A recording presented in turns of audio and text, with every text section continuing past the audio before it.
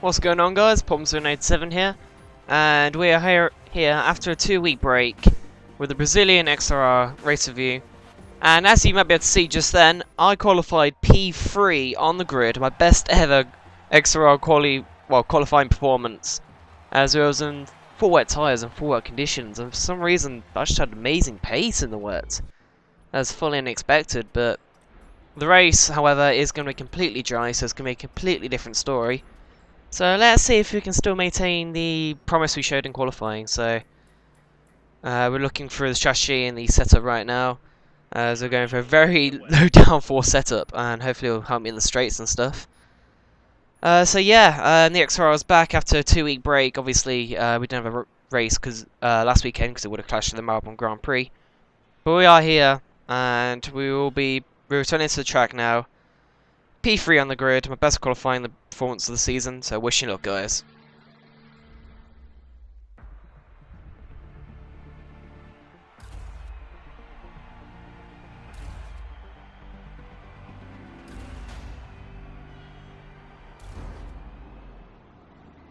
Okay, we are sat here on the grid behind my teammate, who's on pole, as usual really, and Maximise, who only just beat me in qualifying on the last couple of seconds. So waiting for 5 lights to go out. Now we get a fairly decent start. Maximise gets a good start on King Bowler ahead, and we're going to challenge him up to turn 1. Meanwhile, we broke up really early, so we wanted to break. I'll make sure there's no collisions. But that puts us under threat from Puerto Rican behind him. He had to leave them space in the outside of turn 2, and he takes full advantage of that and goes around the outside of us. That's a good start by him. Very nice. As we think about making a look down into Curva Grande, but yeah, I don't know what happened there. I broke too early, then released the brake, and then actually having to brake too late, which is a bit weird, and that lost us position to Aaron. But we tried to make a comeback. He went very slowly through that turn 5, I think it is, and we almost tapped in the back. So that's not a great start from us. Starting down to P5 already. We've got CI behind us, is very, very quick at this track. So me looking to make a challenge for sure. But we're still behind the front 4 right now, and we can still make progress here. We can still, well, we're not far behind a teammate who's in the lead. As ahead of us, Pro Recon and Greek are going side by side through the 3rd sector, so it's good racing by them. As we put into Rich, but Aaron ahead looks like to be getting the slipstream of both of them. He might be wanting to make a Fernando Alonso style move and get both of them in one maneuver. Let's see if it works out for them. It's going 3 wide in turn 1. Is it going to be in the carnage? No. Pro Recon was the one that breaks earliest and he loses out, but Aaron goes on the outside. But Pro Recon loses it on traction going out of turn 3. But we go around the outside of Aaron, so that's a good move. We can pull it off. So we've got much better straight line speed. We're touching the grass almost. But we break later than him and going into turn 4, and we get the position back up to P3, so where we started. So that's a good opening to the 2nd lap, and hopefully we can maximise this. So we're just behind Greek Master 99. But we just got to go and try and keep it consistent, really. Try and find our feet in this race. Unfortunately, going to lap 3, we lock up going to turn 1. We run a bit wide, that's put us under pressure from Aaron behind. As we make slight contact and we ease out the throttle, as we don't want any more controversial sidepod glitches. Yeah, we all know what they spark. But that allowed CI to get both of us, really, so that's very opportunistic by him. And now we've got Pro Recon all over the back of us. We just, I don't know why, but in the opening couple of laps, I just wasn't consistent enough for my lap times. I kept making a few small mistakes here and there. But unfortunately for Aaron, he disconnected from the race. Very unfortunate of him, as he was looking promising at pace. But we tried to go around the outside. We rook on that, but he's squeezed us onto the curb, and a bit aggressive from him, but it was all fair. So that's good enough from him. Lap 4 now, we've got full throttle over the back of us. We lock up going to our turn, we lose the back end, we overcorrect it. I think we might have got a slight tap as well, I'm not sure. But anyway, full throttle 2 has got packed past us, but going to lap 6 now, we're looking to take a comeback on him. As I get a good run through the opening couple of corners, as CI sets the fast lap of the race. He really does have good pace on this track.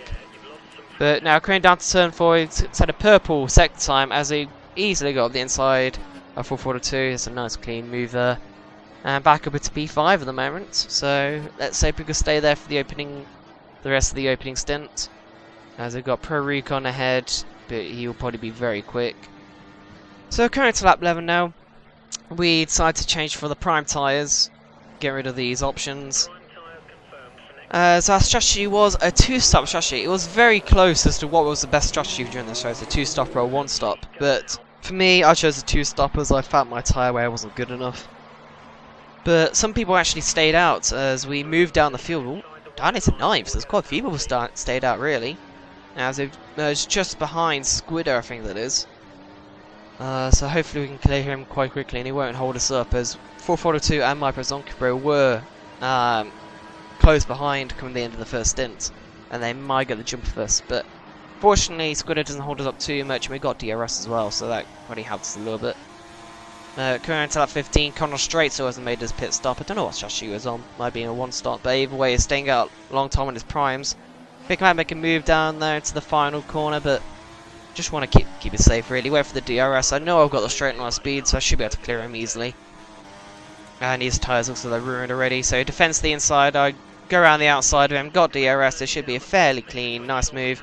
Put in a standard all the way back here. So he braked nicely for the first corner, but we get pushed off by Conrad there. That was very aggressive from him. And he had to take to the runoff area around the outside turn 1, but at least he didn't get the position from us. He waited, I think, so that was good enough. But that did cost a little bit of time, so hopefully that won't cost me too much in the race. But it looks like it has, unfortunately. As coming to lap 19, Zonkibro has got the jump on us as he makes his one and only pit stop. So I don't know how but he has good pace during this race, and somehow staying out on his option tyres, he was able to jump us. Which, yeah, that's a bit bizarre, but that's good for him. As now coming to lap 26, a second stop of the race. As Greenmaster 99 pitted before us, but he was also on a 2-stop strategy.